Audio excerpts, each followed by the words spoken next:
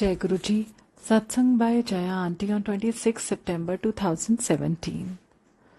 गुरु जी ने कल के पोस्ट के द्वारा एक मैसेज दिया है कि अब इन पोस्ट के साथ हम सृष्टि के एक अलग आयाम के दरवाजे में प्रवेश करने जा रहे हैं।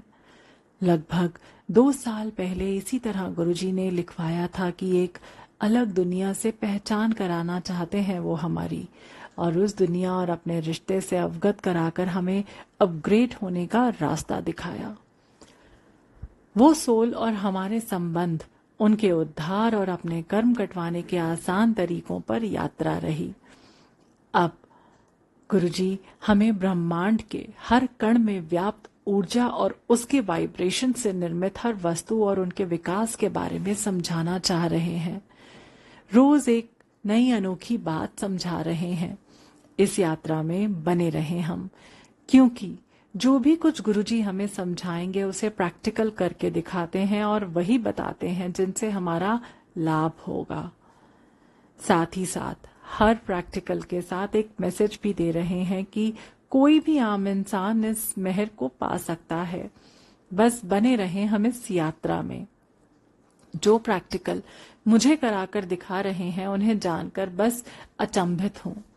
आज समझ आया कि इंजीनियरिंग पढ़ाकर दुनिया के जानने और समझने की सीमा से अवगत कराया था, और आज ब्रह्मांड के उन रहस्यों को हम साधारण लोगों के सामने खोल रहे हैं, जिन्हें जानने के लिए मानव ने हजारों साल हिमालय की कंदराओं में गुजारे हैं। फिर भी कुछ ही को ही सफलता मिल पाई है। हम जो भी कुछ देख रहे हैं अपने आसपास, सभी कुछ विशुद्ध ऊर्जा से निर्मित है। सबसे पहला अनुभव जिसे चमत्कार हम कहते हैं वो हमें दिखा था आज से लगभग 9 साल पहले, जब बड़े मंदिर के फोटो में शिवलिंग के पीछे पूरा नीला आकाश था। एक भी टुकड़ा बादल का नहीं दिखाई दे रहा था। ये बात हम सभी का ध्यान अपनी ओर खींच रही थी और हम एक दूसरे से कह भी रहे थे। घर में उसे लगाने के कुछ दिनों के अंदर ही उसमें बादल एक कोने से निकलकर दूसरे कोने तक फैलते हुए हम पति पत्नी ने अपनी आंखों से देखा, जो इतना विस्मयकारी था कि हम किसी को भी बयां नहीं कर सकते थे। फिर ये बादल उस फोटो के हर कॉपी में आ गए, चाहे वो दुनिया के किसी भी स्थान पर उस वक्त हो। ये बड़े मंदिर की फोटो रघुराय अंकल द्वारा ही खींची गई होगी। लगभग 1 साल से गुरुजी मुझे धीरे धीरे ऊर्जा का ट्रांसफर करना सिखा रहे हैं। शुरुआत में तो गुरुजी का नाम लेती और कहती कि ये उस तक चला जाए, और ऊर्जा चली भी जाती। ऊर्जा पहुंचती है, इस बात का प्रमाण दिलाकर गुरुजी ने इस दिशा में बढ़ने के लिए प्रेरित किया। पिछले 6 महीनों में तो हम कई संगत एक साथ सृष्टि के इस ऊर्जा के खेल को देख भी रहे थे और महसूस भी कर रहे थे। अनेक लोगों के साथ साथ इन ऊर्जा से लाभान्वित होने वालों में मेरा भी स्थान है।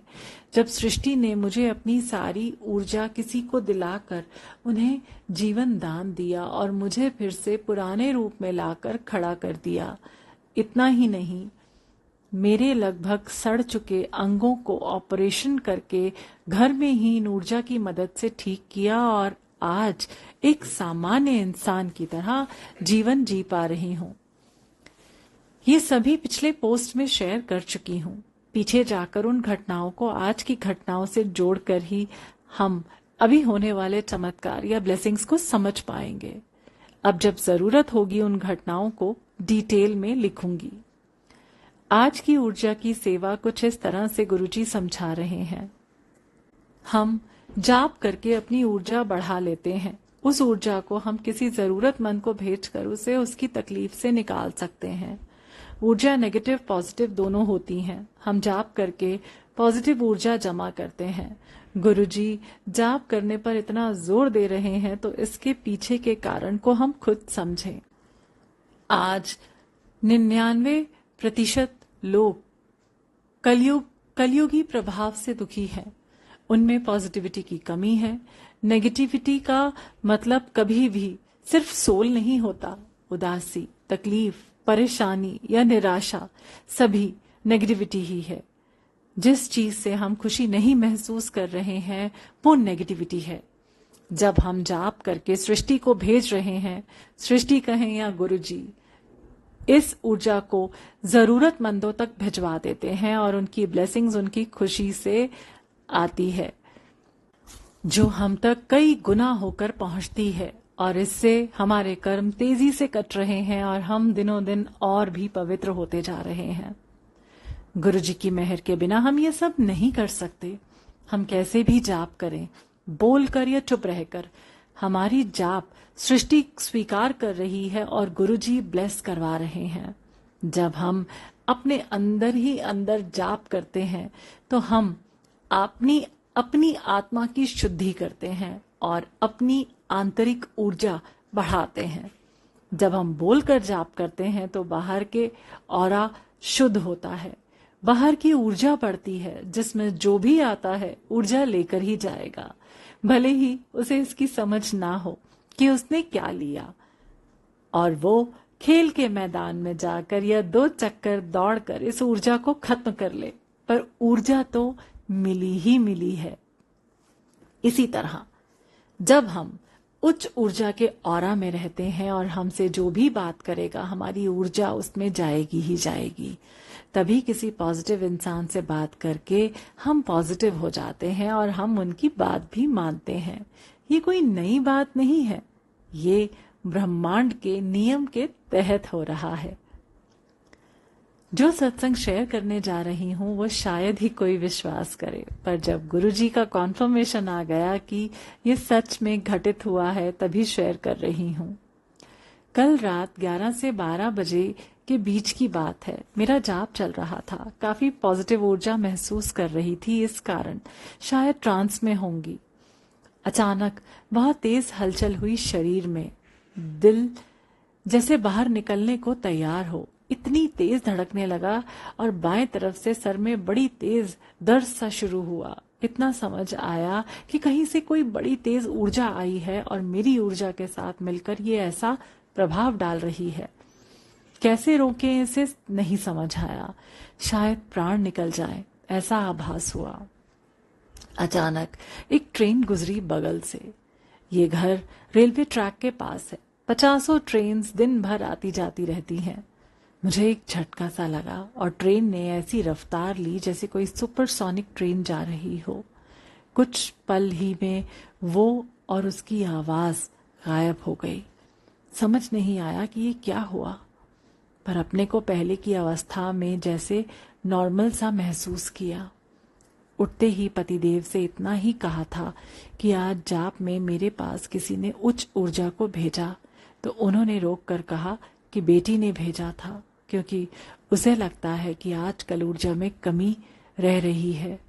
सेवा के बाद मेरी ऊर्जा स्तर में कई बार कमी हो जाती है और तब अपने घर वालों से भी बात नहीं करती। समय का मिलान किया तो वो वही समय था। पहला प्रमाण गुरुजी ने दिया कि ऐसा भी होता है। आज जब दिन में जाप में बैठी तो कल का सीन समझ आया कि किस तरह से किसी ने मुझसे उस ऊर्जा को निकालकर पलक झपकते ट्रेन को ट्रांसफर कर दिया था। गुरुजी से ही एक तरह से पूछ रही थी कि गुरुजी क्या ये आप थे या कोई और भी यहाँ मेरे साथ मौजूद होता है। गुरुजी ने उसी समय अपनी एक संगत को मेरे साथ फोन पर सत्संग करने को कहा। जाप चलते रहने के कारण उस वक्त फोन नहीं ले पाई, पर खत्म होते ही उनसे बात कराई और गुरुजी ने बताया कि वो कभी कभी कुछ समय के लिए साथ में बैठकर जाप करते हैं, जिससे मेरी ऊर्जा संतुलन में रहे। गुरुजी मेरी कुंडलनी जागृत कर रहे हैं। ये तो मैसेज मुझे इंदौर में ही मिल गया था, पर अनाड़ी हूँ। कुंडलनी क्या होती है ठीक से जानती तक नहीं और ना ही जानने की कोशिश करती हूँ। जो भी करना है गुरुजी को ही करना है, जानकर समझकर होगा क्या। बस मुझे उतनी समझदारी दें जितने पोस्ट में लिखकर उनकी महिमा और संगत को जो ज्ञान वो पहचाना चाहते हैं वो भेज सकूं। ना तो पहले कुछ आता था ना ही आज आता है। बस अपने को खोखले बांस की तरह रखने की ब्लेसिंग्स मांगती हूँ। जिससे गुरुजी वो करा सकें जिस प्रयोजन से सृष्टि ने मुझे रखा है। ऊर्जा के ऊपर लिखी हुई लीला ने मुझे ये समझाया कि जब कोई एक्सीडेंट होता है तो गुरुजी की कृपा से कार चकनाचूर हो जाती है, पर संगत को खरोंच तक नहीं लगती। ये बस इस तरह से ही संभव है जब गुरुजी या कोई और पवित्र आत्मा उस नेगेटिव ऊर्जा को हम तक ना पहुंचने देकर उससे हमारी कार या किसी अन्य वस्तु पर ट्रांसफर कर देते हैं और हमें गुरुजी इस तरह से जीवन दान दे देते हैं। गुरुजी की महिमा अनंत है। जैसे जैसे आज्ञा होती जाएगी शेयर करती जाऊंगी। जय गुरुजी।